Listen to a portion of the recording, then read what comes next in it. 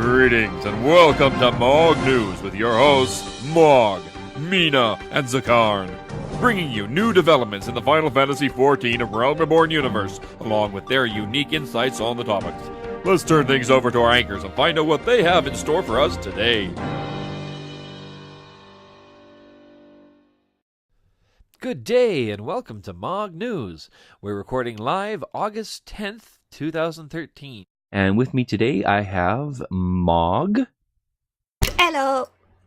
And Mina. Hello. Excellent. And just recently, we had one of those awesome live letters from the producer, didn't we? Yeah.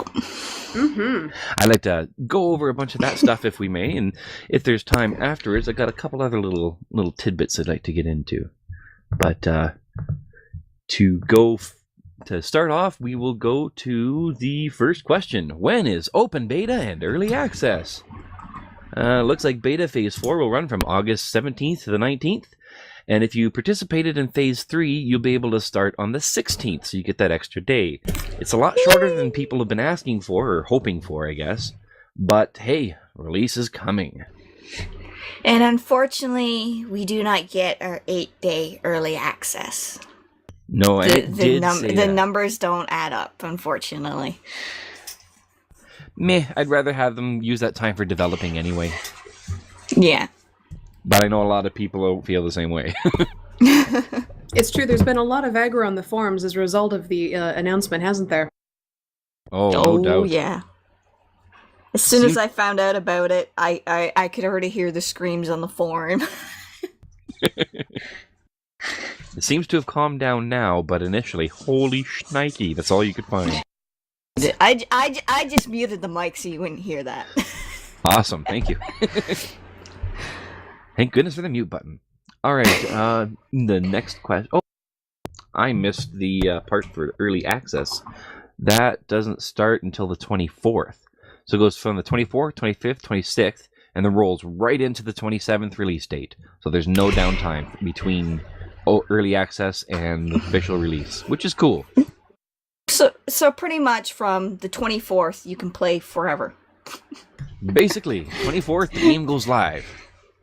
Assuming you have early access, mind? With any luck, Yeah. they're not restricting us. I don't think they are.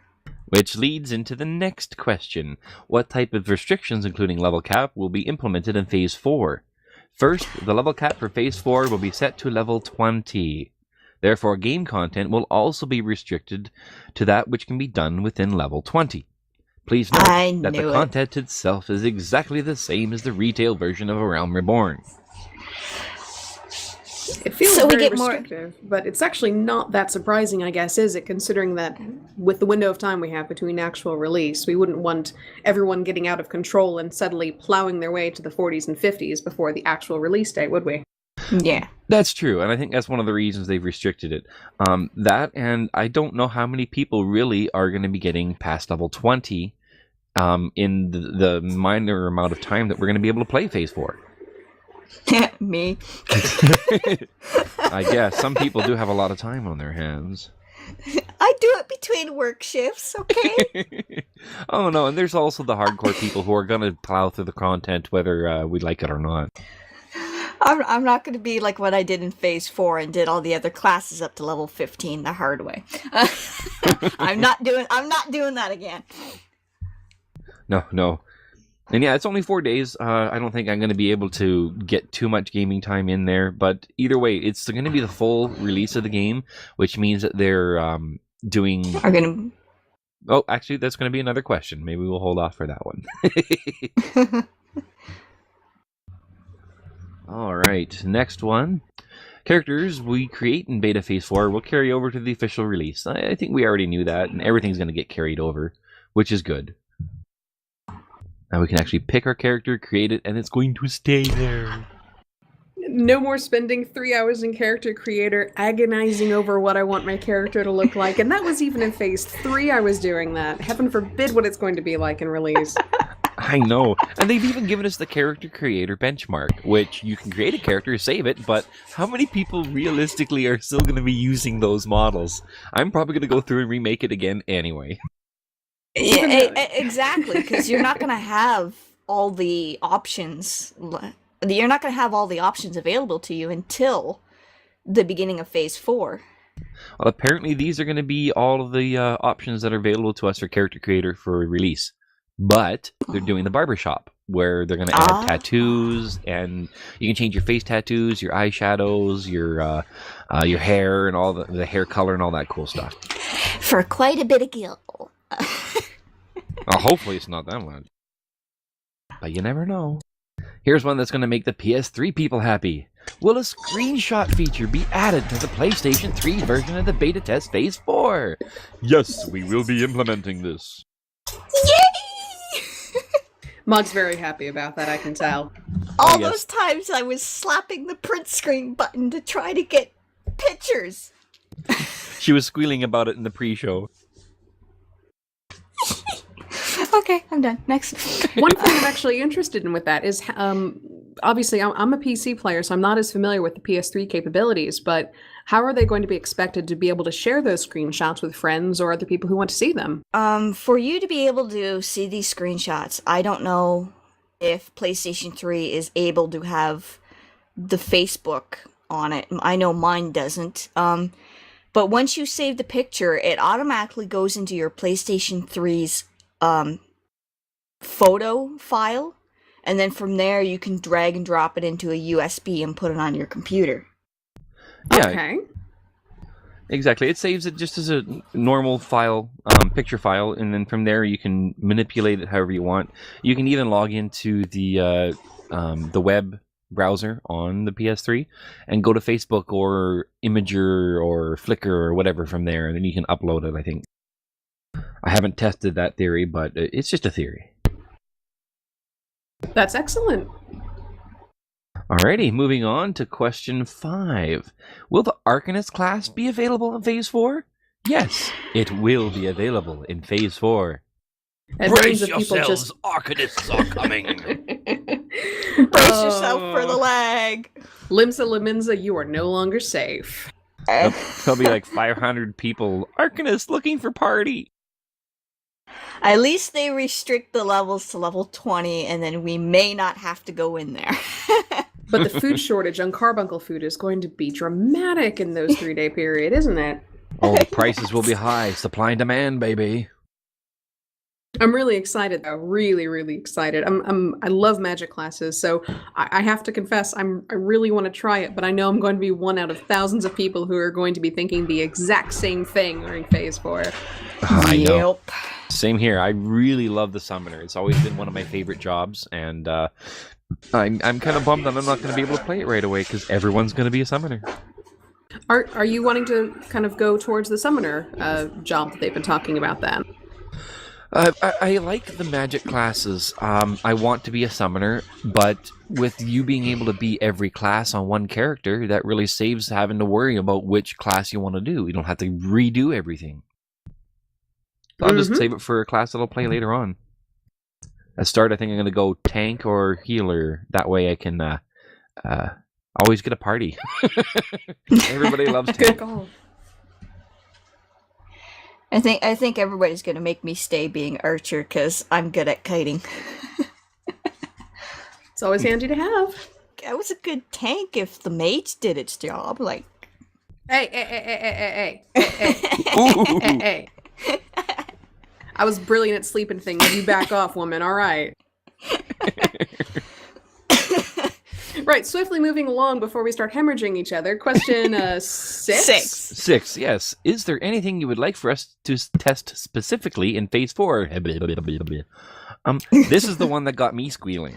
There are 2 things we would like you to test in Phase 4. First, we are planning to do a stress test on the housing area. also with the housing, we get free housing points during Phase 4 to test all of it out. Ooh. So does that mean So get up there fast. does that mean they're going to be wiping the housing area information?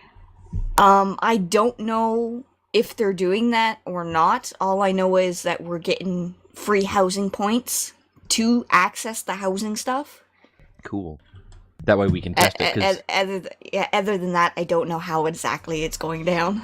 Because their wording here is to stress test on the housing area. It's going to be an instanced zone. That way they can add extra zones if they need to once the one zone fills up. So that does, to me, it implies that they should be able to just take that section and reset it. Yeah. And it's a stress test, so that means it's not the final product. Just like we've been testing the beta all along. Yeah. And the housing area will be released in the Lanosia area during the stress test, so please come and check it out. Now, the second part also had me a little happy too, is the PvP system. The content that was referred to as Colosseum up until now, we have changed it, and it is now known as the Wolves' Den. We would like the players to test the basics of the PvP system, example, attack ranges, etc. Therefore, the PvP-specific actions will not be available during the PvP test. Therefore, you will only be able to use your basic attacks at this time. However, you must be level 30 to enter the Wolves' Den. Since the level cap for Phase 4 is set to 20, we will need the assistance from our Legacy players to test the system out. Exactly. Interesting. So only Legacy. And that's something that I think they made a boo-boo on, is how the way they're using the word legacy. They're using it to refer to two different things. There's the legacy status, which people earned in 1.0, and it got them a few bonuses that people are happy and upset about. And there's also referring to legacy as any 1.0 character that has come over from 1.0 to 2.0. Mm-hmm. Which is a different distinction, so they should have called it something else.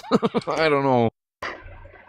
I think it's the best they probably could have done with the circumstances given. I mean, there are obvious, examples that don't counter that. For one, I have a legacy character who I will be playing, but I left 1.0 rather early, so my legacy character's highest level on any one job is 15.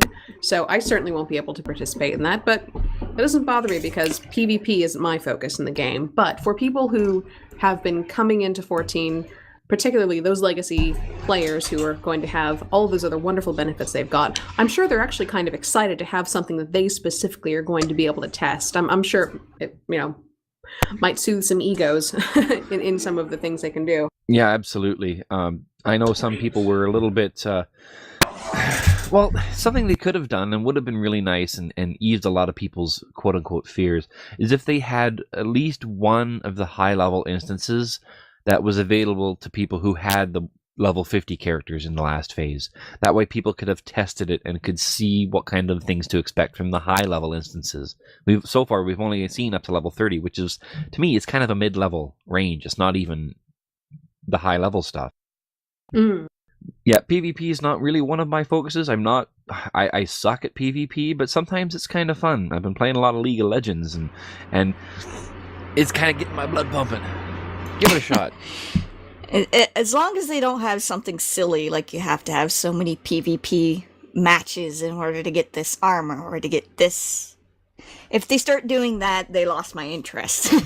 Well, they are going to have something kind of like that, where I'm guessing you do PvP based on how well you've done and how well, if you've won or lost, you get seals, which you can then in turn trade into somebody to get specific gear and armor that's only available for PvP. They've made that distinction already that there is going to be specific PvP things and things that are only going to be for the PvE stuff. Okay, so as long as they don't have like the ultimate armor sitting there in the PvP area or something silly. No, like there will be some ultimate armor in PvP, but it'll only be for PvP. You can't play specifically PvP to beef yourself up and to go play the PvE stuff, which is nice. I like how they have that separated. True, and it's also kind of a hallmark of most game design now, particularly with all of the other MMOs that have come before, that I think a lot of game designers immediately recognize that they have to keep the rewards for PvP and PvE separate, and that if you put the best gear available in one particular style of play, you're going to end up isolating people who want to have fun in the game, but who don't necessarily want to go down that particular avenue for enjoyment. So, props to Yoshi P. He's making another good call on this one. Yep, I don't know how many times I used to play PvP in WoW because other people wanted to play it with me, and I just ended up pulling my hair out because I was just a punching bag. Yep, I hear that. It's like they can smell the Memories. weakness. Oh, the memories. Oh, too much fighting. All right, well, moving on. Will the Arcanist attribute points be shared with the Summoner and Scholar? No, they will not be shared. Oh, I read that wrong the first time. Yeah, no, they won't be shared, which is cool. So it sounds like you're going to have a different set of attributes to spend when you switch between Summoner and Scholar. Like you already do with the other classes. With the other classes, makes yes, sense. but this is a job, though. The job usually, like until now, it carries over. The class points carry over into the job. Now we have the Arcanist that has 2 jobs to 1 class. So people were wondering, am I going to have to plan ahead and focus straight on intellect if I want to be a summoner? Or do I have to focus on my mind if I want to be a scholar and heal well? At least now this makes it easier for people. They can do both. Absolutely. And it's a good idea as well, because I certainly know that if I think any new player coming in wanting to try a class for the very first time, as you play that class, you're probably going to see as you go on what kind of play style is more attractive to you.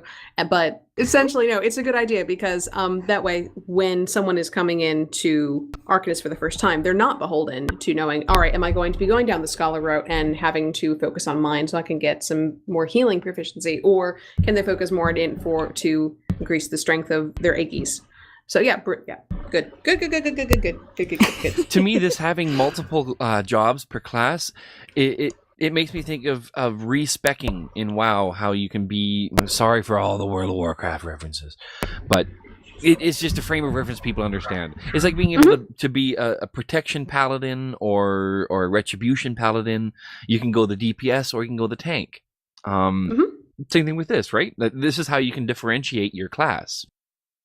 True, except when you start getting your attribute points into that, it's locked because was something else said, I believe, that redistributing or changing attribute points is, I don't think it's going to be impossible, but it's going to be very, very difficult, if not mistaken. Yeah, in 1.0 they had this little thing that you could get as a reward, and it was a rare reward where you could take it and you can use it, and it'll be like, okay, memory wiped, reset your points. Oh, Okay. it'd be nice to have. Yeah. All right, next question. Question number 8. Oh, I hear a train. Are there any plans? That's all right. Are there any plans to implement? Oh my goodness. Are there any plans to implement an additional Aggie? Yay! You did it! Good job. I'm a good boy. If we're going And what's the answer? If we're going to implement additional Aggie, good lord, it would be when we raise the level cap. So that's neat. But that doesn't tell us how many Aggies and how many summons are going to be available. Dun, dun, dun. There's got to be some mystery for it, hasn't there? And this is something, the next question is something that I really missed because I didn't get to watch the live feed. And it's now not there and I have to go digging for it.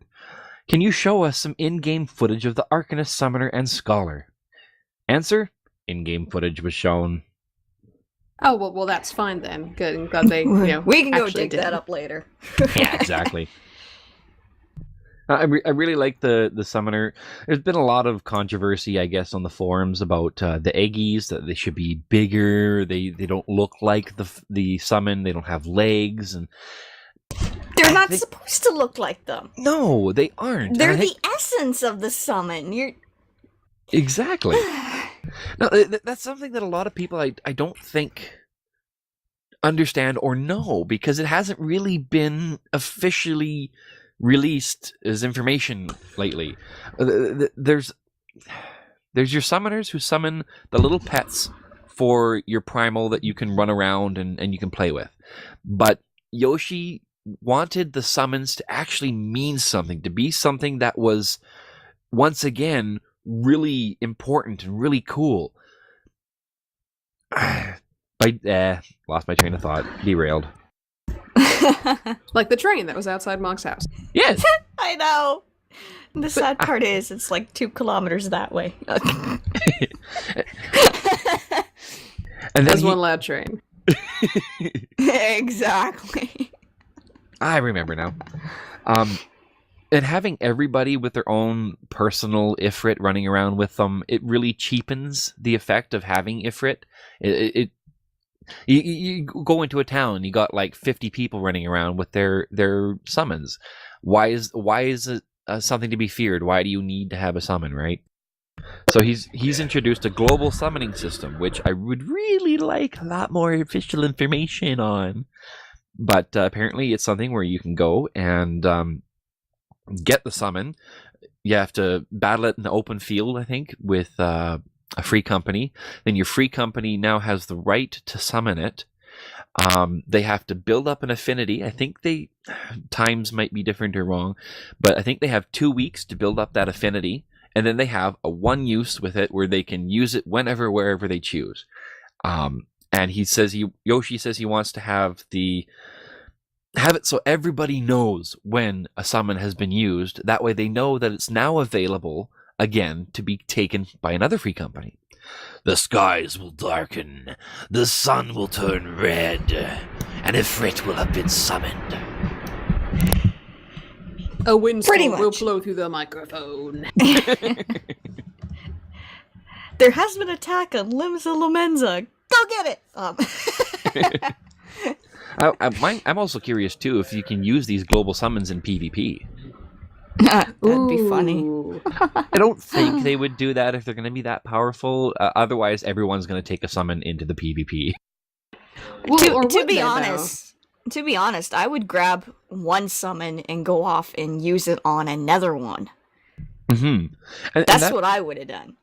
That being said, like I like how they don't have they had that time limit on it, so people can't just monopolize a summon. They have a set amount of time frame to use it, or it goes back and to available to other people to be summoned. I'm also hoping they have a lot of the lesser known summons just wandering around for people just to go and pick up. That way they don't have to rely on the big four: Titan, Ifrit, Garuda, Shiva.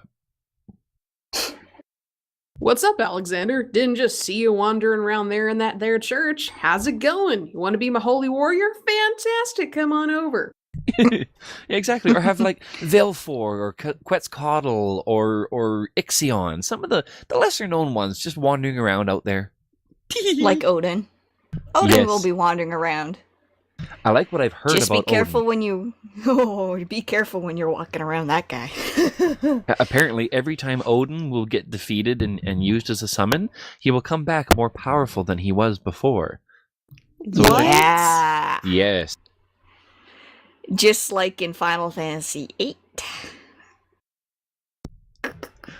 So That's then going to you be get interesting his- from a mechanics standpoint, isn't it? It's going to be Yes. very interesting for mechanics. I think that's eventually going to be one of those Epeen moments, right? I just killed Odin! Are you Thor? I'm Thor.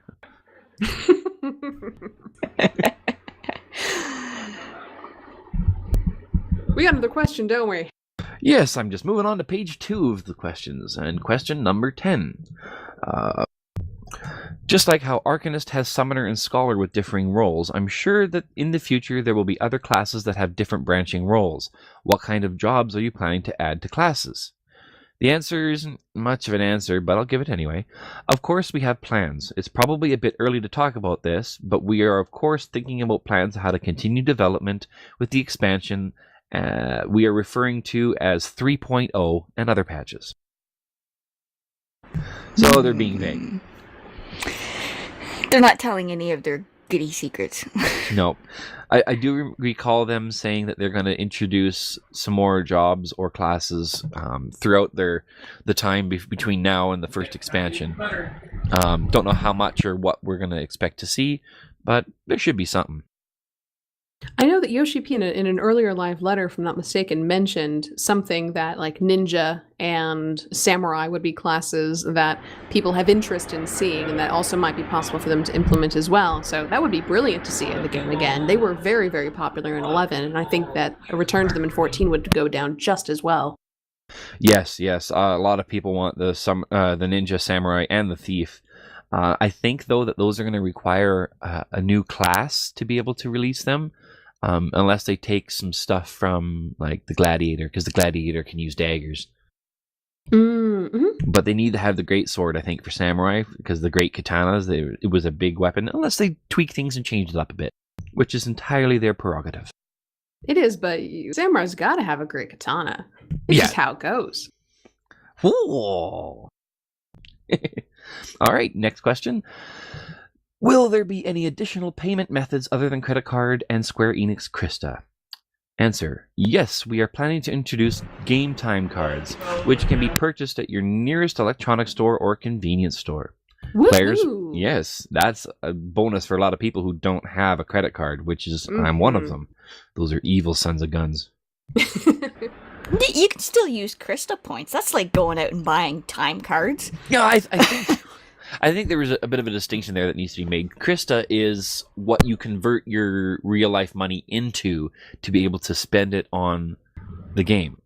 You're also able to use it to pay off your monthly fee or whatever it is. Yeah, it's like loading up your prepaid credit card with credits, and then you'll spend that to get time. Going on to the rest of that question, players will be able to purchase game time cards for 30 days, 60 days, and will also be able to choose from a variety of designs. These designs will be available in other countries as well, so please stay tuned. Now, following with the additional payments, I don't know if you guys want me to explain how the monthly payments are going to be done. I know there was a lot of confusions, and it seemed that I was the only one that actually knew how it was being done. Well, sure. This is a good time, I guess, a good segue to put into that. If you wanted to just give a brief rundown of it, don't have to do the huge long spiel. We'll just keep her short. Well, I'll try to keep it short. If it's possible. It's hard to explain. You know how you were looking at the member tiers and all this? It's got entry and standard, and it's got all these numbers thrown at you, right? Mm-hmm. Well, these numbers are actually only the 1 month shown. And I'll give the 180 days as an example, the 6 months. For 6 months, you'll be paying $12.99 each month. So that would be a total of $74 or something. So yes, around $75 for 6 months, and you can have 8 characters max per server, and you can have a total of 40 characters on all bunch of servers. So you're really actually paying 6 months at once, and you don't have to pay that again. Mm-hmm.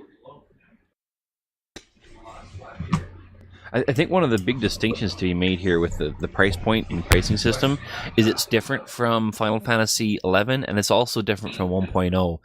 In both of those ways of paying for it, you paid your base fee, and for any extra character you had beyond that, it was an extra $1.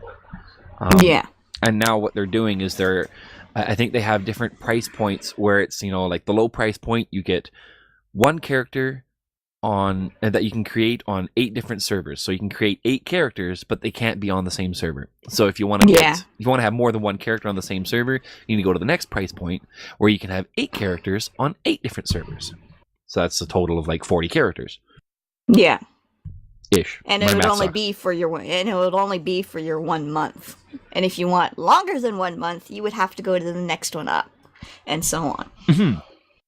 Did you have more you wanted to put in there, Mog? Or no, that's pretty much it. Other than you can pay pretty much pay through anything like Krista points, even though unfortunately Krista points only has a max of 10,000 on each account, which is about $100. Not entirely sure why that is. Well, that's odd that there's a restriction on that. You should be able to load it with as much as you want. Yeah, I don't know why there's a restriction on that, but I found out trying to work up a year's worth of game time, so I'm not worried about it, but it said I could only put 10,000 instead of like 150 that I needed. That's odd. Well, hopefully they'll change that for the release here. Maybe, don't know. Or further didn't- down the road. You never know. Yeah, that's pretty much all I know.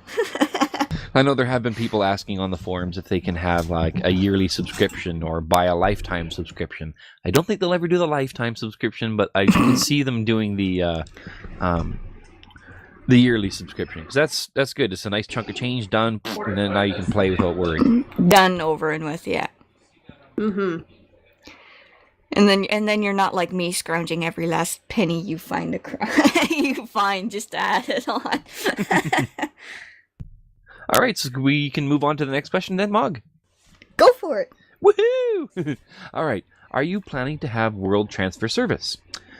Answer: as this is a game with world barriers, we are preparing this service so you can move to the same world as old friends, as well as new people to meet and become friends with through the Duty Finder.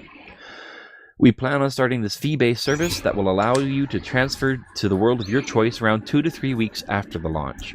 Once this is finalized and once we have finalized the details, we will be sure to let you know. Good lord. Yay! I can tell it's 6 a.m. over here. Holy. Okay. There has been a little bit of clarification on from the devs on this. This is just for characters who are not legacy. Legacy characters will still be restricted to legacy servers. And when I use this word legacy, I mean any 1.0 character. The reason being is they don't want to have a lot of people from 1.0 were able to amass millions upon millions of gil, and they don't want that flooding into the other servers. They want to have servers that are, pure and fresh and beautiful looking. Untainted by the 1.0 dirty mongrels. Exactly. Oh, sorry, was that a bit extreme? No. I'm a mongrel. It's all right. No, that's yeah. I think that's a good thing. I'm glad they're going to give some clarification on that. I think they said about 6 months after release, but go ahead. No, I'm just really excited about the next question. This when I read it, I was like, we all are. yeah! Yes, all right, moving on to the next question. When will the smartphone application be released? You mean there's a smartphone application? What? We are currently planning to release the application a week after launch. Please note that the application can be used free of charge. Whoop. The application will initially be released on the iOS and is named Libra Eorzea. Eorzea. Yeah, You can do it. You can do it. Players will be able to view their character information, stats of items, quests, instant dungeons, etc. Also, the application will be linked to the database that will be placed on the lodestone. Woohoo! Very interesting. Some things that seem a little absent from that are, although you could probably log on and update your Lodestone blog on the mobile Lodestone website, some kind of connectability with that would be very nice. Also, there's not any mention of use with free companies or any kind of communication or, friends list or any part of that with the actual app. I'd be really interested to see if they include something like that, because that was one of the things I enjoyed the most on the apps I used for other MMOs that I've played. Yes, yeah, exactly. I've actually have a quite the extensive post on the forums there where I was theorizing and theory crafting with a bunch of people about what other kinds of applications and smartphone apps that would be fun and good to have in the game. That would just enhance the play and not be necessary, and just something to keep people sucked into the world. I really think that if they do introduce a Tetramaster card game, that if they had that available to be able to play on your smartphone while you're at work or something like that, I think that would be a great way to suck people in. And a great way to lose my job. Yeah. Same here. Or even having these little tiny code bars that you can use your phone to read, like in the middle of the game or something, and learn about the history behind that area or something. Yeah, build up your own Eorzopedia. Yeah. Go around finding all these little tiny codes, like on a tree in the middle of nowhere. Nice. I also was thinking about In Sonic Adventure or something like that for the Dreamcast back in the day, they had the Chow Garden, and you could take your Chow out like a Tamagotchi onto the virtual memory unit, and you could play with it. You could raise his levels, you could build up his stats, and put him back in the game, and blah, there you go. That I sounds like remember something. That sounds like something that could be used for the chocobos for chocobo raising. Exactly. Yeah. I would love to see chocobo goodness. raising.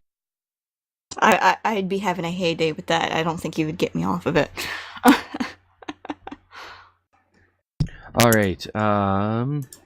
Is that all we had for smartphone stuff? Other than yes, bring it on. Woo! Awesome. Okay, question 14. In the player feedback status list, you mentioned it's thought that players would wait until the last minute to repair gear. Doing this would cause a lot of stress and worry about gear damage when playing content with your gear is nearly broken. So we've made it so that regardless of when you repair your gear, the cost does not change. However, this is a strange reason to do this. Please go into more details on the thought process behind this. Basically what he's saying is, like why do I pay the same amount of gil to repair my gear if it's got, like a little bit off as opposed to being broken? That is really weird. Yeah, I'm not I sure honestly why they didn't did even that. notice that in the beta, but I was doing I such noticed other...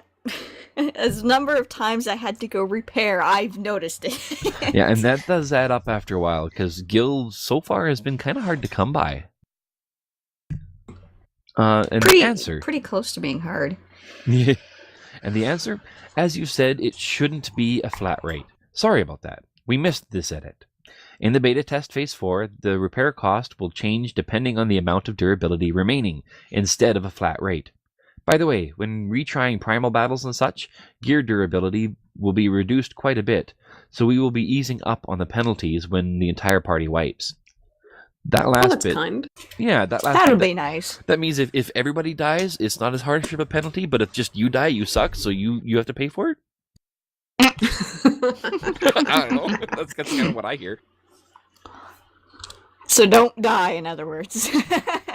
God. Or just repair your gear more often. The thing is that, it's really good they've got rid of that flat rate, because in many other MMOs that I've certainly played, the penalties for repairing gear just increase the more and more broken your gear becomes, right? And that makes sense. As it should. So if your gear is, nearly being held together by, chopsticks and scotch tape, then surely it should take a lot more to repair it than it would be if you've just got a little chink in the paint, Exactly. No, it looks like they're saying that the flat rate was a boo-boo, an oops. Which is cool. I'm glad they're catching it. Yay, beta. If that's the only thing that's really gone wrong, and it hasn't, but it is. If that's the only thing that's really gone wrong, then it's fine. We'll let it go. Well, there is one thing that's been kind of a big issue, but we'll go into that after the questions if we still have time. I know what you're talking about. We should go on to that. It's really important. It's something, actually, my significant other was talking about quite a bit in his feedback from Beta 3. So, yeah, okay. that's worth an ask. Do we want to pause then at question 15 and we'll go into that real quick? If you like. It's a good segue. Sure. Okay. Area of attacks and latency issues. In 1.0, this was awful. You could be standing in the attack zone for Ifrit. You would run out, 4 or 5 seconds would pass, it would explode, and you would still get hurt. This is lag issues, like latency between talking to you to the server. Lots of people were dying because of this, and it was really frustrating players, and I understand. I had that quite a few times fighting Ifrit in the storyline. Yeah, I never really... Go ahead. In the beta, you mean, yeah? Yeah. Yeah. Even though I was on the other side of the field, I would still get sideswiped by it. Yeah, this was something that I'll just call my husband because he's my husband. My husband talked a lot about as he was fighting Ifrit as well, thinking he actually brought it up to my attention and says, look how I'm actually just outside of this, but I've still been hit by the spell. That shouldn't have happened. There's got to be a lag somewhere in between when the cast finishes and when the actual animation is going off. And it's judging whether or not you get hit by the spell, not by the animation, but by the ending of the timer, which isn't in sync with the animation. So you look like that you've avoided the spell when you actually haven't, which is kind of a cop-out. Yeah, and actually Yoshi went into quite the lengthy post explaining what's going on with it, and that he does realize it's an issue, and he's looking into it, which is good. Mm-hmm. So, He's and also to cap on that, he's also looking into other hidden problems within the dungeon. Well, I just happened to be in a party with him before the server ended. Lucky! I didn't want the server to crash, so I didn't tell anybody about it. that's groovy. Did you get the screen? Yeah, screenshots or it never happened. Yeah, really stupid screenshot button. Why didn't the screenshot button work? He must have specifically been choosing people on the PS3 just so you couldn't actually prove the existence that you actually got to play with Yoshi P. Although, to be fair, I know there are screens out there. I've seen a couple floating around the internet where he's been, talking to other Japanese players and tell and such. So we believe you, Mog. We believe you. It's all right. I had a good conversation with him. I also told him problems I was having, like getting gear I wasn't supposed to from quests that magically get my character deleted every single damn time. All right. Well, let's move into exactly what he's thinking of doing to help alleviate this. One of the main things he's doing is, up until now, there's been a little bubble around your character that tells the server where you're standing. And that bubble is the same size for a Rogadin as it is for a Lalafell. This was causing problems. What he's done is shrunk that circle to the point basically at their feet. So now it's more accurately portraying where you are on the map. So that way, hopefully you can move out of the circle. Instead of having just like a little hair of your circle still in the area of effect, when it goes off, you still get damaged. Now it's smaller. So Wherever your feet are. Yes, which is good. That's what it should have been, right? And it's tailored to the class. So if you got a Lalafell, it's going to be smaller than a Rogadin. Better run my legs then. Yep. One of the other things too is that there is a delay between the servers, and he also mentioned that there's a heavy load between server checks and stuff right now because it's been a beta. That should help alleviate some of it. Plus, there's other server side things that they're trying to do to reduce that from 0.3 seconds of lag to like a 0.01 second or something like that. There is a really nice long post in the forums. I'll see if I can link it up in our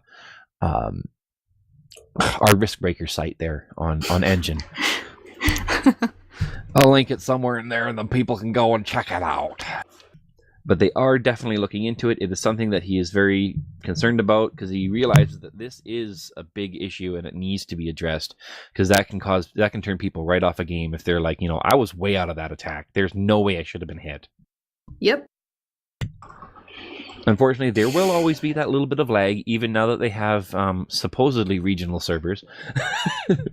But lag is kind of unavoidable, but they want to minimize it as much as possible. Should I go into anything else, or is that pretty much good for now? That pretty much covers it. I think. But it's good that he's addressing it, because I think for a lot of people that noticing that lag issue was kind of becoming a concern. But it's really it's good to hear he's taking care of it. So hopefully we can worry about all the good stuff that's going to come from the rest of the questions we've got here. Exactly. And it's nice, too, that Yoshi P addressed it himself personally, instead of just leaving it up to one of his devs. It shows that he is definitely on top of it, and he knows. He's been really good for that, and I really, really appreciate how he's been very open Absolutely. with his... Yeah. I gotta close my Also, window. just before we go to question 15 here, Mm-hmm. I also told him that I could solo Ifrid just through kiting, and he said personally to me that he's going to be changing that. So watch out. Good. That's Because good. you're not supposed to be able to solo the Ifrid storyline. No. I don't think it would... Would it even You were let you there, in Mina. solo? You seen me do it. Hey. that was technically duoing. That was technically doing. You were brilliant at kiting him, by the way. But I was helping there. At least make him immune to some stats. Like, I mean, come on. The kiting I was really surprised at how well you could control him. This isn't a dig against you as a player. It's more just how potent the archer class was at that point. Went, ooh, might And need that to was just in rebalance beta. that. Exactly. So if Yoshi P is balancing Watch that, out. good. Because as much as I love you, Mog, you shouldn't be able to solo it, Fred. It's just how it is. Exactly. All right, so let's move on to question 15. Will we ever be able to transfer items and gil between characters on the same account and world? Answer: currently we have no plans to implement this feature due to various reasons, such as preventing real money traders from abusing the feature. That's surprising, actually. Yeah. I don't see how this really stops or hinders real money traders, because generally they have multiple accounts, so it doesn't matter. They can just log in, both stand side by side, trade to each other, and done. You could also use the mail system if you wanted to. Yes. To an extent. Apparently you can't send items through mail to yourself.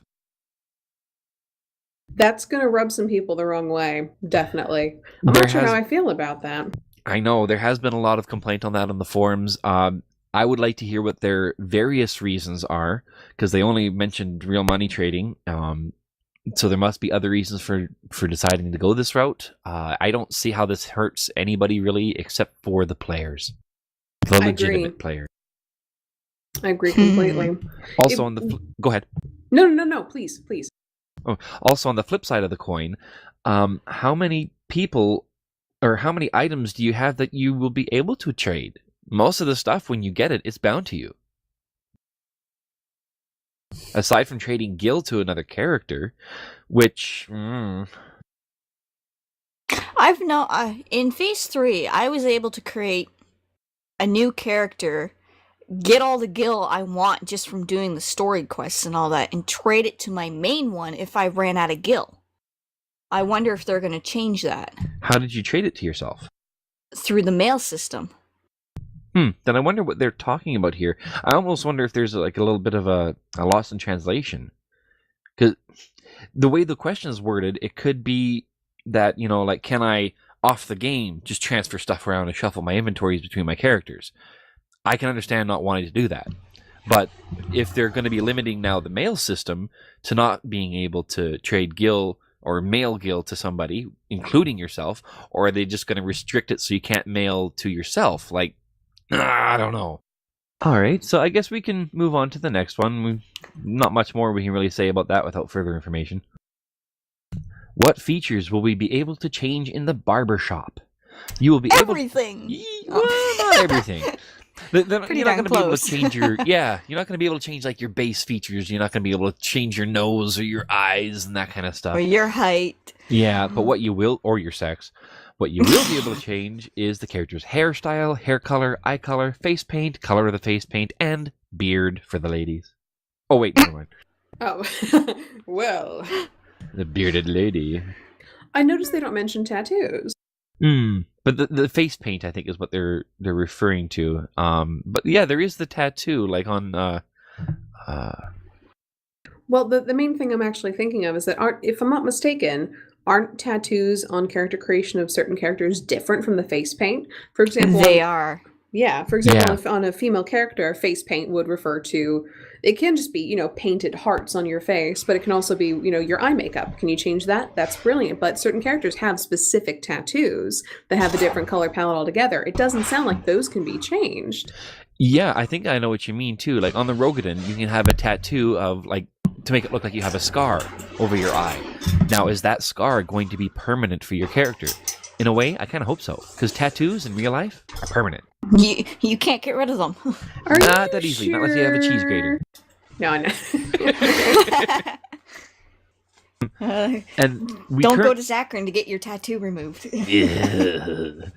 We currently plan to release the barbershop feature in patch 2.1, the initial patch, the first patch. So please, don't stress too much when creating your character. But I still stressing. I haven't even got into the game. Oh, don't It's a worry, you're not life-changing alone. decision. I know. I'm really, really keen to see what they're going to do with the hair because, God knows, I love trying new hairstyles on my characters. It's a total Need weakness. I more can't help hair. it. I can't help Me it. too. I'm Oh.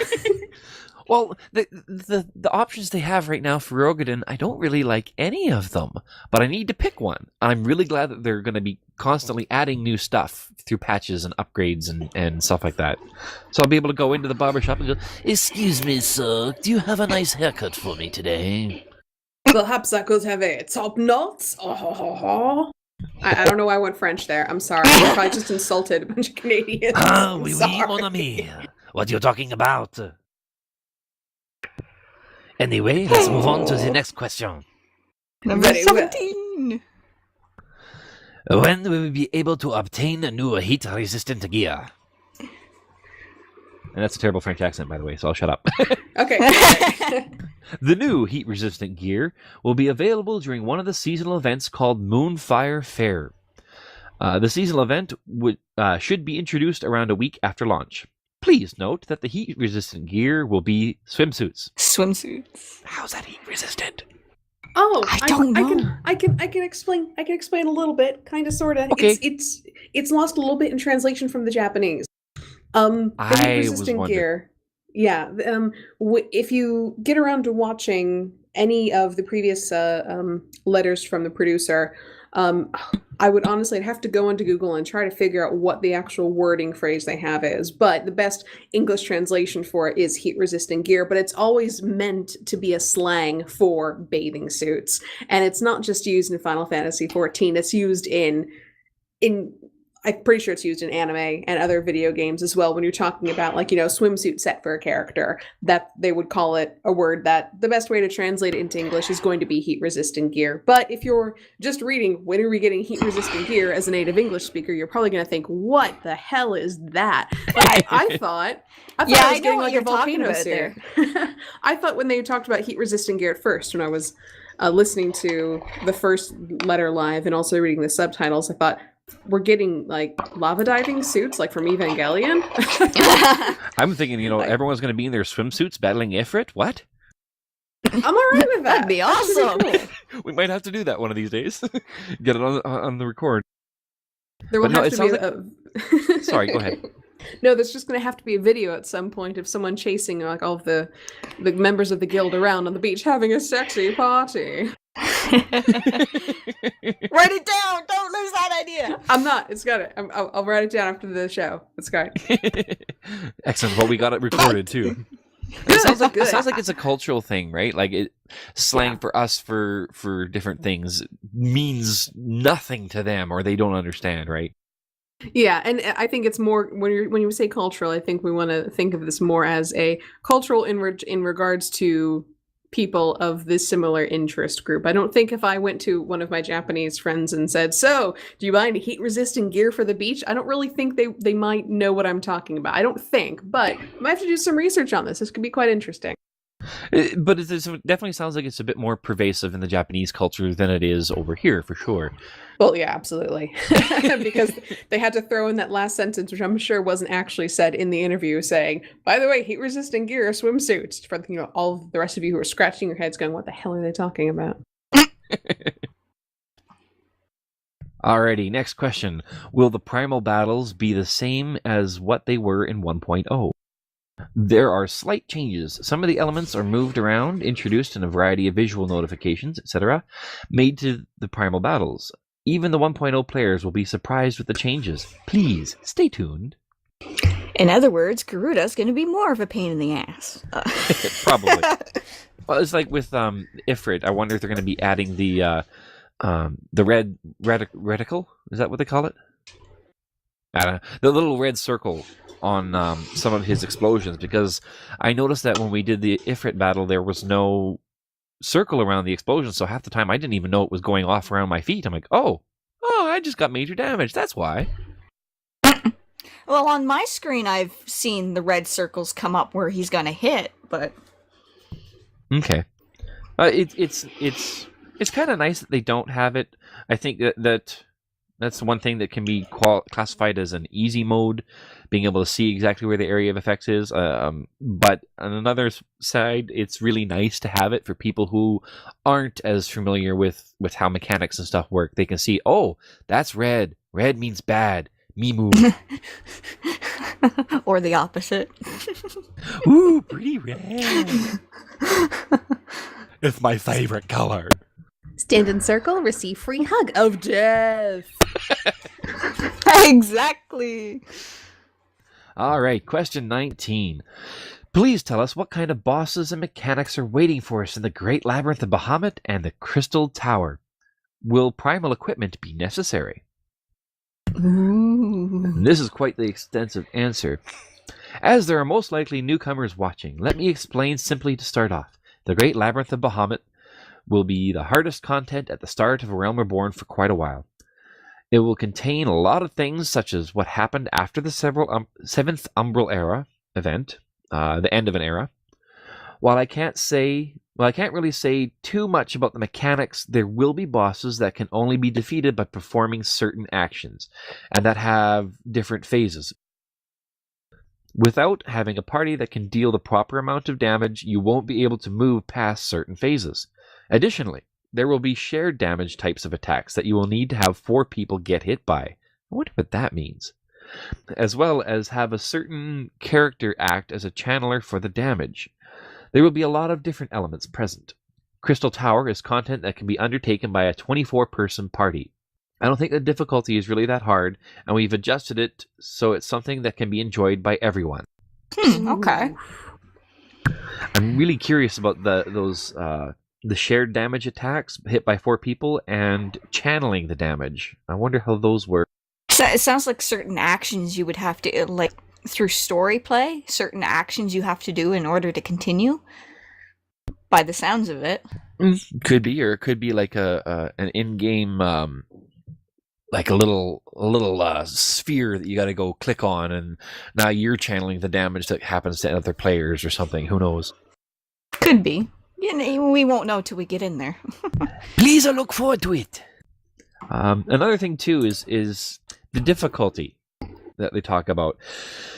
There is also going to be 3 varying difficulties for all the dungeons, primal battles, and I'm also assuming the Crystal Tower and Labyrinth of Bahamut. They're going to have your normal version for people who just want to play, go through, learn the mechanics, and have fun. Then they're going to have the hard mode for the people who want to challenge. They want to go through, and now we're going to get better gear, and we're going to be more challenged. Then there's also going to be the elite, where people who are probably going to go in there and get stomped, unless they're the hardcore players, right? Yeah. I wonder if they're going to make the experience different on each level. Yeah, I'd like some more information on that, as well as can I challenge the extreme mode of the level 15 dungeon at level 15? Or am I not going to be able to do the extreme mode for level 15 dungeon unless we're 50? It could be one of those things where you got to be like 10 levels higher for each mode or something silly. Yeah, like more details would really be nice to help clarify a lot of things. I really do hope that it stays at the level 15 for the level 15 dungeon, etc. You know, keep it in perspective. That way, there's always going to be that challenge. So people who want the challenge, they can go right in, go balls to the wall, and do the elite version right away and get smashed and realize they got to get equipment from the other versions. Yeah. I'm also assuming that there will be better equipment depending on what difficulty you use. But again, that's also an assumption. Need more info. Question number 20. Will we ever be able to send tells within an instanced area? As an example, as a dungeon. While the feature can be implemented, it's currently masked. It's currently masked because we would like to prevent players from harassing each other just because they know they would never party together in the future. We will continue to monitor the situation carefully as we move forward. I think they should be able to send tells. Absolutely. Don't hinder communication. There's no point. On one hand, I have to admit, I'm totally guilty of in instances where I've been in a group where a couple people have not been performing, and you've been speaking to the people who are performing very well, and you're maybe having a bit of a banter and a laugh. Sometimes you just need that private communication, I think. And what purpose is it actually serving other than the rare, if someone's actually, if players are harassing each other to the point where they're not enjoying the instance anymore and they're already having that kind of difficulty getting along in the first place, at the end of the day, we're playing a game, so either you choose to leave or find a way to get rid of them. I think it's a stopgap solution for a bigger problem, which is if you're not having fun playing the game anymore, disconnect and come back later. Yeah. The end. Well, there's also blacklisting, right? You can blacklist them if they're being a pain in the butt, right? It is also That was nice. closing. Yeah, it's also nice to be able to send tells. Like if you know that somebody is struggling, like they're not being able to keep up on the healing, or they're constantly drawing aggro as a healer, you can send them a tell, like a personal aside, like, hey, don't use Medica so much. You're drawing a lot of hate. Just focus on me and just do this, and then you won't have to worry about healing everybody all at once, right? You can send them that private boost or the private help without embarrassing them in front of the entire group. Absolutely. It's really important for anyone to be able to do that, and bearing in mind that not every message that you would be whispering to somebody in a tell in an instance is going to be negative. And I think the assumption that could be the case by restricting that feature is a massive flaw. I've certainly sometimes, if I get a healer who is brilliant, I'll take the time and send them a quick whisper and say, "You're doing awesome. Keep it up." And sometimes I'll say it publicly just so they're aware of it. Or like at the end of an instance, say, "Look, I really enjoyed playing with you. You were brilliant. Just wanted to let you know. Hope I see you later. Take care." So yeah, communication. There's no reason to hinder it for that. And if a negative situation comes up, I think there are plenty enough tools in the game to prevent you having negative experiences or stop them right then and there, than to just close the entire thing off by hindering that. So yeah, they change it. Yeah, exactly. And if you're gonna be a douchebag, you're gonna be a douchebag no matter what. That mindset doesn't care if everybody sees it, right? Yeah, that's all, folks. All right, moving on to the next one. Will we be able to fight the primal Good King Moogalmog? 10, 11, 12. Great King Moogalmog. Da, da, da. I know, I kept thinking Jack Skellington. Good King Moogalmog will be introduced in patch 2.1. Oh, on a side note, we plan to implement extreme versions of all the primals. Cool, Moogalmog, that'll be fun. More funniness to watch Mog running around the screen going, "Holy shit!" Yeah, it was a goofy thing. It was kind of fun, right? It was one of those less serious primal battles that you still got to pull your hair out over. Yeah. I wonder if you get to summon him then. Ooh. A little Eggy Mog. That'd be Anyway. awesome. Go with my hat. Yeah. All right, we've seen Chocobos and Magitech armored mounts. Will you be adding even more? The answer, video introduces a unicorn mount. A lot of people were complaining about that, but hey, they've had unicorn in the game since number 1. With this unicorn mount, it's only available to the conjurers. It's kind of like a class-specific mount. But here's my thing with that. If they're going to have that, what's the purpose of having a chocobo mount? Aesthetics, as with any mount. That's why people have. That's why they're providing different mounts. As any other Final Fantasy game, you're stuck with just a chocobo. Now you have options. And another question is: are they going to have different speeds than the chocobo? Ah, that's. Are a they good going to be question. faster? Are they going to be slower? Are they going to have other class Are they specific going to mounts? have buff enchants? Are they going to do this? Are they going to? Yeah. Like will the Black Mage get an Airman mount, or are they going to do this with the other classes and jobs too? I think it'd be cool. I wonder what an archer will get. A floating leaf or something? I don't know. All right. Well, that's cool. More mounts, the better, right? Next question, number 23. You previously mentioned that you might restrict the number of times we're able to roll need on loot. Have you decided if any restrictions will be in place? Answer: after discussing the matter internally, we have decided not to implement any restrictions on the looting system. Excellent. Thank you! Because there's don't So think it many needs- times I went into a dungeon where every last chest we came across, there was something I needed out of it. And it's nice too because they already have the need greed restricted to class specifics. So that I think right there solves any issues they might have had. Number 24. The starting stats are different for each race, but will these variations only be marginal when reaching level 50 or will differences arise? It will be marginal. That's kind of what we figured. Good. There need to be Roggeting conjurers everywhere. Yeah, that was one of my beasts with 11. I would play as a Galkan red mage or a Galkan white mage, and nobody would invite me to a party. What are you doing being a mage? You know what?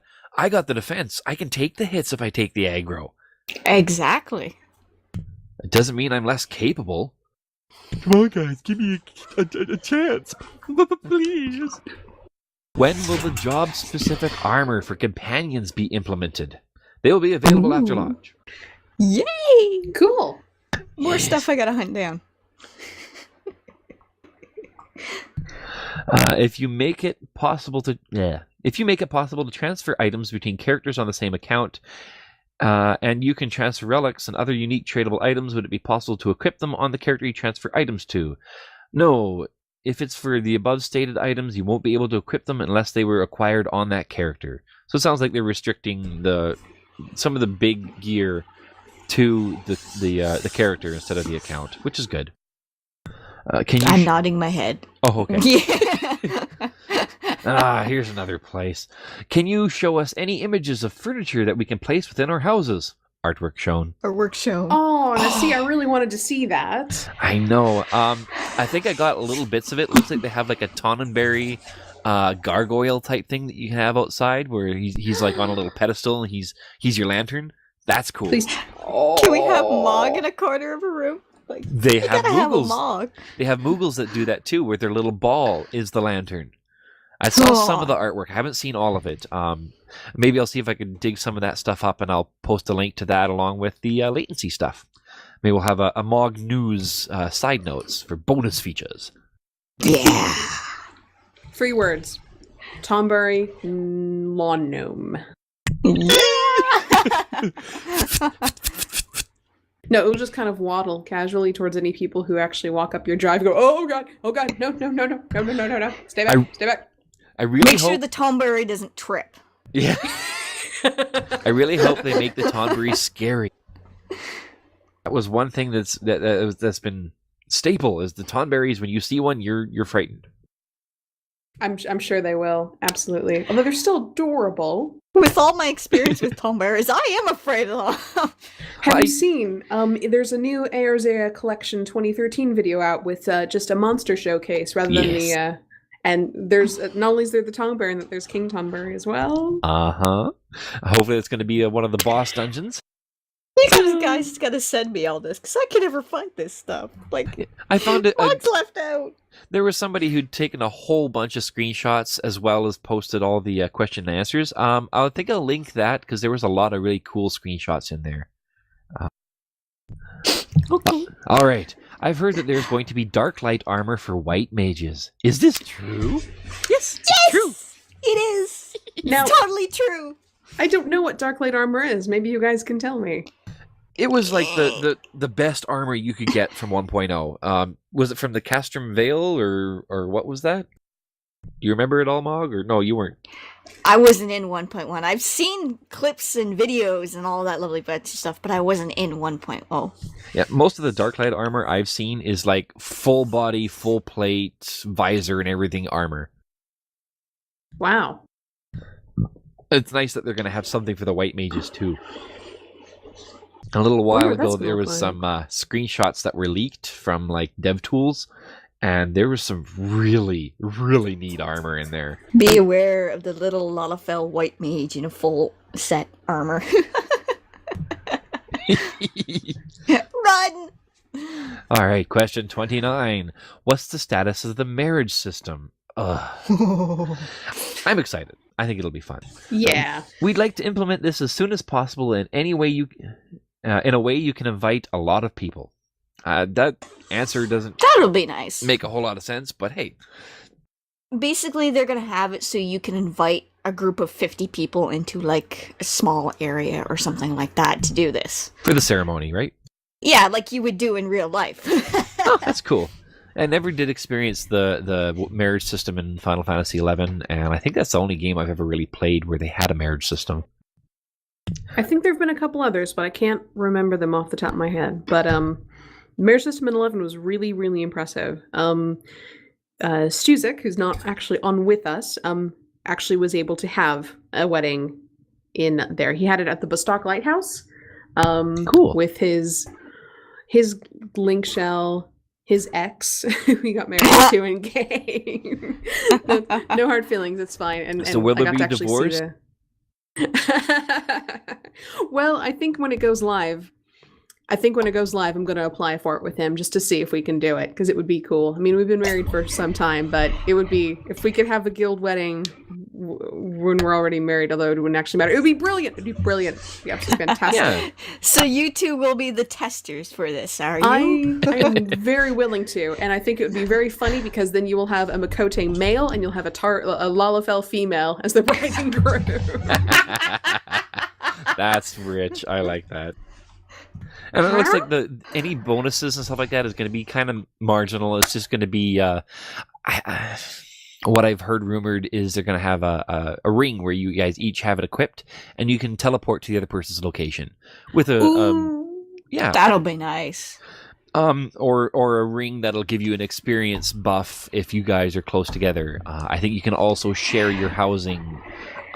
Just little things like that. Nothing that really affects the gameplay. Nothing that people will have to. Oh, now I got to go get married if I want to go do this. It's not going to be a required system. Yeah. Just a little something. Will they have a little thing where if you have a married couple in your party, it gives you like a little bonus stat or something, or like a little buff? The bonus would probably only be between the married couple. Oh, okay. Sharon, I love. Have 5 more intelligence. I don't know. I'm just trying to think of something. That would be cool. That would give me cause to get married. If we could get rings that would teleport us to one another, even though we sit like 3 feet away from each other when we actually play. Be like, hey, Stu, come meet me in Limsa Laminsa. All right. Bing. Nice. And it's free. Then again, that's what the etherite's for, so maybe I shouldn't, but... Mog's all alone. Mog can't have all that nice stuff. My only hope for the marriage system is they don't call it marriage. I think that will solve any issues people might have. Call it a union, call it some Erosian word, whatever. Just don't call it marriage, and people will be okay with whatever they decide to implement. Moving on. Question 30. Is there any new information on the rare weapon appearance system? After discussing the matter internally, we came to a conclusion that we are not ready to implement the system because of the various unique looking weapons we already have in the game.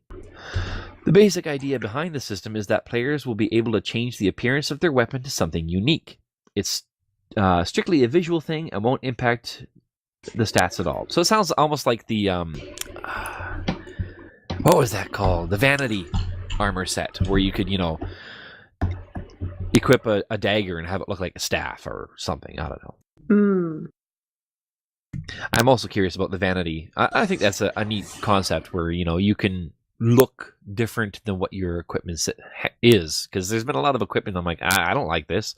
I don't want to wear a subligar. I look stupid. Yeah. Sorry, Reinhardt. Then again, subligar is... Well, that's the point of a subligar, really. You wear it in the low levels with your harness, and it's made to feel you embarrassed, so that whenever you get into your first actual set of real armor, you're like, I'm not naked anymore. This is brilliant. I've actually got clothes on. Nice. That's how I felt when I graduated from my subligar into my first actual armor on 11, when I was playing one of my first melee classes. That's exactly how I felt. Like, I'm not naked anymore. How is this supposed to protect me? Yeah, that was the other thing. How was I protected when half of my stomach was showing and like my thighs and my legs and all of... I was basically, yeah. When I first got that armor, the first thing that came to my head was armored underwear. Well, it is. Battle broad protection. Or just going, my ass looks fabulous. That's pretty much all it was good for. Does my ass look fat in this? All right, question 31. In addition to primal battles, will you also be implementing hard mode for instance dungeons? Yes, we will. I think we already went over that. Yeah, we did. Uh-huh. Question 32. There are a number of primal battles in A Realm Reborn, but will there be Morbrul's Wrath kind of primal battle? And Bayon's the one who's answering these or filling them out. Well, we've implemented high-level Morbrul Fate. So please, try and find it. Try to find it. Hint. That's an interesting... Try. Yeah, it sounds like it's going to be an out-of-the-way fate. Good that luck. and- Try to find it. I like the way the fate system is the more players that are in the zone, the more fates that will pop up. Mm. That encourages people to go to different zones if they want to participate in a particular fate. I can see free companies, if they want to, go and fight this certain dude, they're going to want to all go to that zone. That's cool. Next, show us the Ulda and Gridania housing areas. We should be able to show you on the next letter from the producer live. Good. Dang. Yeah. Oh, well. All right. That makes me wonder, are they actually going to have all of the housing and PvP available for launch? If they're just I doing really stress hope testing so. now. Yeah, I really hope so too. Because I want a house in Ulda. Like, no question. It's decided. I'm living there. I want my house too. We want a free company house, and it sounds like, again, if I have misread my information, that they just want to have free company housing at start, and then to test things and go from there, then eventually have personal houses. Yeah, that's what the free housing points is for the company house. Yeah, that makes me kind of sad. I want my own house as well. I might be on later on, but I'm not sure how the point system works with personal housing. Yeah, I also want to see how much it costs for a house. Expensive. Oh, it should be. Get a mortgage in the friggin' game as well. Great. Go collect 900 piles of wood. What? I really wish you could build your house. Apparently it's just going to be there. You get to buy presets and stuff like that for now. Oh well, something they can always expand on. What? They're not going to make players go out and get like 50 piles of wood, 50 stone, 50 this, 50 that. Well, think it's not it's- Minecraft, is it? I think that's going to be for the furniture and the accents to the house, but the house itself I think is just going to be presets and stuff. Which is Okay. fine. As long as they have enough options for us to make them all look unique, we'll be cool. And it's always something they can increase on. Anyway, I'm rambling too much. Moving on to question 34. Are there any surprise announcements you're hiding and planning to mention right before launch? Oh, I'm pretty sure we've said quite a lot today. ... Hint, there's more. Oh, yeah. You know they're going to be hiding something. They're not going to put all their cards on the table right away. Nope. I mean, if they could keep Bahamut in Dalamud a secret for so long, even though they knew... They must have been like giddy school children when they released that. Like, oh, now they get to find out. All right, question 35. Will the free company housing be in the area of the grand company we belong to? There are no real restrictions on this, so you can build your house in the location of your choice. Hooray. Neat. I think we all know where we're going. I think it's going to be in Limsa. I know. Yeah. That's okay. My personal house will be in Gridania. Ha! Very well. Ah! That's the nice thing, because you can have your guild house, whatever. You can be wherever you want it to be. And I'm going to go over here. Shh, be careful. Vagrant's listening. All right, question number 36. What's the status of the treasure map idea? Hey? Being able to play this content is not very far away. We are planning on fleshing out the system for a Beastman tribe related to treasure maps. I haven't actually heard anything on this until I read this. Does anybody know anything about treasure map? Other than treasure maps from other games where you got to follow the clues and run to the spot. Yeah. Or kill something to get the next map and continue on. Yeah, I'm not sure much about that. Maybe we'll have to keep posted and see if anybody knows more about it and can add to it later on. Question 37. Will housing areas be implemented in Cortheus and Ishgard in the future? After implementing the housing area in the initial 3 regions, we will add housing areas to other regions if we receive enough requests. Cool. Start sending them in. Yeah. Before they've even been released, let's start sending them in. You know they'll want it. Question 38. Will you be able to have your minions run loose in your house or set them up as furniture? I think this would be possible. I will let the lead know. You should. That'd be kind of cool. Oh, minion running around in my house loose would be brilliant. Just don't clean up. Or who's going to clean up the poop? We'll set a Not box me. in the corner. It'll be Oh, fine. never. I'm thinking Chocobo's running loose. Oh, man. Yeah, I got my pointer finger. He left a wrist somewhere. Anyway, What? I don't know. Okay. Yeah, that was lost. Let it go. Moving on. 39! Question number 39. When we change our grand company, we are able to equip any of our previous grand company gear. Could you let us convert our previous gear into seals? I think I read that wrong. Yes. Yeah, we you are said... unable. There you go. Yes.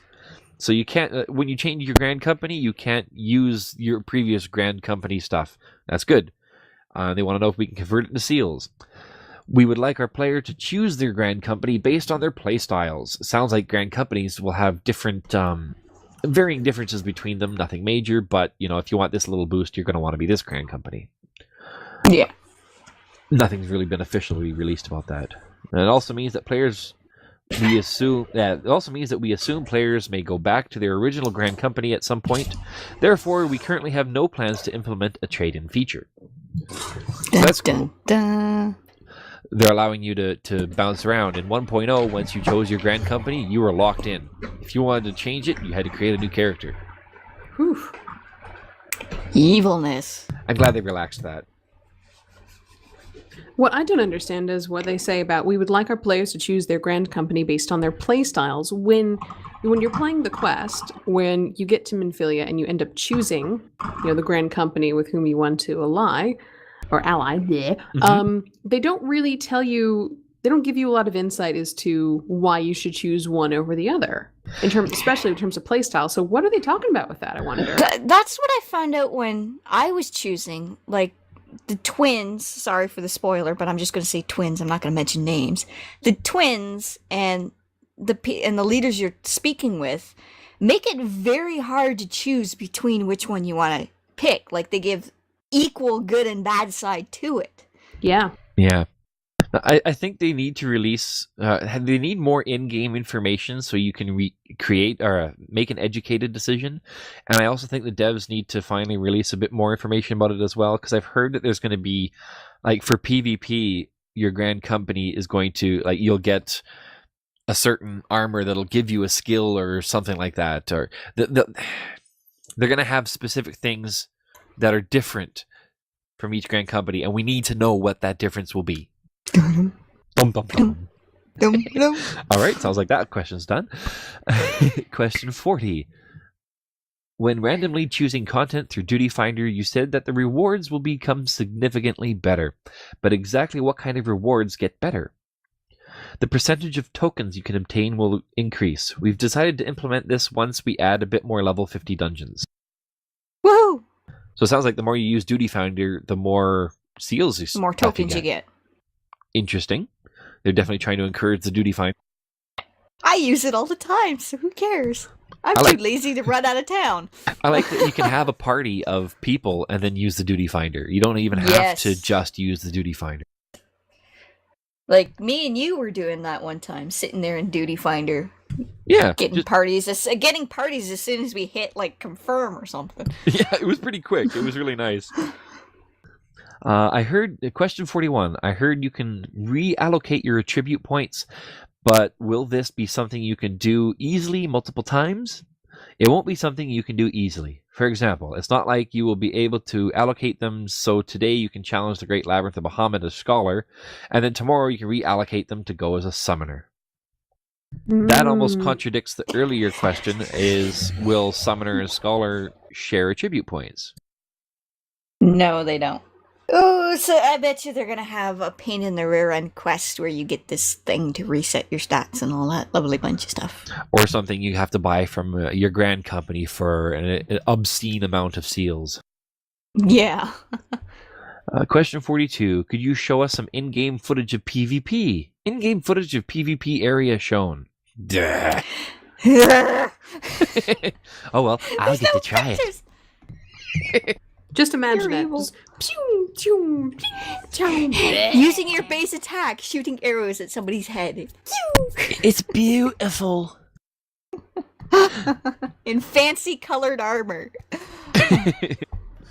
Question 43. Could you provide us more information on when we will be able to develop add-ons and when official add-ons will be released? Oh. We just started working on an environment that players can use to create add-ons. Therefore, we should be able to provide an update around 8 months after launch. That's a lot longer than a lot of people were hoping. But honestly, I like it because it's going to give people, it's going to force people to use their systems that they already have, and maybe they won't need to have all these extra things cluttering up their screen. But the UI is already adjustable somewhat at this stage, isn't it? I mean, not as fully as a mod system or an add-on system would allow you to, but it's not as restrictive as one might think. So it's good that there's actually such a long period of time. And the game's just launching, so for all those new people coming in, they're going to have to get used to it anyway. So 8 months might seem like a long time, but I think we'll find as the game progresses, it's actually not that long. No, and I think once people start being able to play the game, time will just disappear. I know I don't notice it's like 2 a.m. when I've been playing. All of those hours of my life are lost, like tears in the rain.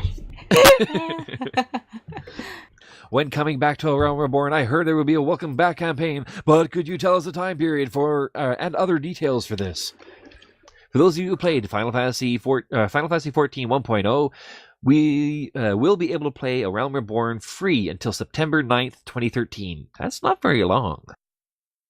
That's not long. Not at all. It's like no. 2 weeks, I think. Oh well, About there. it's something. It's just to get people your first hits free. All right, question 45. Are there any plans to implement an item that can be used to challenge the change the appearance of our characters? That sounds like the barbershop is what they're talking about. But before I answer that question, let me tell you about a discussion that happened during one of the shareholder meetings. One of the shareholders asked me, are there going to be any rewards for playing the game for a long period of time? As in, do they want to have something that rewards people for continuing to play instead of only rewarding new players? Like, you invite a friend to play, you get a mount, and you get an experience boost. Well, what about people who keep playing? Give me something. Give me incentive to stay. And it sounds like their following answer was, the feature you're referring to is called the Veteran Reward System. Players will receive rewards based on the accumulative subscription period. While there are many subscription plans in A Realm Reborn, players will receive rewards for every 30 days of subscription. It's a reward for subscribing for the first 30 days, a wind-up cursor minion, and a file of Fantasia. This is used to change the appearance of your character. That's nice. Interesting. Yes, so it sounds like every 30 days you will be able to get a reward. For subscribing for 60 days, you get a Cascadier uniform voucher, which is like a black bikini. Yeah. A black chocobo chick. I love black chicks. Yeah! So I couldn't resist. Oh, I've been God. waiting the whole letter. We've gone too far. We've gone too far. And rewards for subscribing for 90 days. Beady Eye, an Airman minion, and Void Scent Resonator, an Airman mount. How do you mount an arrow? You know what? No, don't answer that. don't. Mina, don't go there. Okay, all right, carry on. Keep You reading, keep promised reading. we wouldn't go there. I'm sorry, I couldn't help myself. All right, carry on. Furthermore, the unique feature about this system is that players will receive the reward immediately upon subscribing for more than 30 days. So you don't have to wait for the 30 days to be up to get the bonus. Once you put that money into the account and give yourself the time, you get the bonus. Holy Wow. jumpins. Yes. If you log in and the first thing you do is pay for 90 days, you're going to get all that stuff. Bam! So- Wow. I'm going to get Essentially- so much get so much stuff because I'm doing the 180 days. But then again, remember, they're saying that they're going to implement those in via future patches. Exactly. So- Continuing on, it says, please note that we will continue to implement additional rewards, 120 days, 180 days, etc., via future patches. So you might not want to do 180 days right off. Just do 90. Well, I've got no choice to do that because I don't have money other than that. That makes sense. Hopefully they'll retrofit it for people who did do that kind of thing, right? Yeah. Or you could just have it on 'Cause- your account as Krista and then put it on to the time as things progress. But for me, it's cheaper to do the 180 days instead of paying like $14-15. Well, looks like we've gone just about an hour and a half or longer, and I think that should be good enough for this Mog News. I'll keep gathering more information for the next one, and hopefully you ladies will be able to join me again. And yeah, Mina, let Stu know that if he wants to join in, he's more than welcome. We'll just have to get 2 people on the mic if we do that, but I think we can make it happen. Just snuggle in real close. Oh, it's like every other day. You're so cute together. Excellent. No, I'm gonna shut up. All right, cool. Before we go, there is a little event on I believe the 17th, or is it the 16th, of the Lalafell March. This is exciting. And This is round 3? I think so. Basically, they want people to log in as a Lalafell and take part in this event to walk all the way around Azaria. I managed to catch the end of it during the last beta phase there. It was really neat seeing all these little midgets come flooding into the town, and there was a lot of them. They weren't all showing up on the screen at once. Yeah, so unfortunately, I don't think I'll be able to take part in it because it is at like 10 a.m. my time or something. I'm not quite Actually, sure. no, the it's time. not. I can tell you because I've got the information right in front of me. The next March of the Lalafells will be on the Excalibur world. Meeting time is 5 o'clock Pacific Standard Time or 10 a.m. Japan Standard Time. So for you, Mog, that's actually going to be 8 p.m. Eastern Standard Time on August 17th. Okay. Meet in Old Gridania by the Keto Amphitheater. Make a Lalafell and join us for a romp around Eorzea. Photo ops, cuteness, sightseeing, a once-in-a-Lala-time event. So show up early if possible at 8 p.m. on 8/17 if you want to be there. For me, unfortunately, I'm not going to be able to attend because that's going to be 1 a.m. for me, unless it's a weekend. Hang on, I need to check my calendar. And this is also headed by Denmo. He's a very regular person on the forums. He has a little art comic thing that he does, and he's definitely involved in the game. Mm-hmm. I'm probably going to make a point to attend. It sounds absolutely fantastic. And what's not to love about just marching around with a bunch of Lalafells? It's joyful. It's brilliant. There's nothing in the invitation that says to go naked. Doesn't say anything you have to bring. No shoes, no shirt service or anything like that. Sweet, though I don't need pants then. I'm sorry, I think we've God. gone too long. Yeah. But yeah, March of the Lalafells, August 17th, 5 p.m. Pacific Standard Time on Excalibur World in Old Gridania by the Keto Amphitheater. Be there or be not a Lalafell. Awesome. And miss out on the cuteness and the scariness. Well, thank you all for joining us with Mog News, and this is Zach signing off. Do either of you want to sign off, or am I the only one leaving? Apparently, you're the only one leaving. After party. Goodbye. Bye. See ya. And this concludes our broadcasting day, ladies and gentlemen. On behalf of the Risk Breakers, I wish to thank you all for joining us this evening, and we look forward to seeing you next time on Mog News.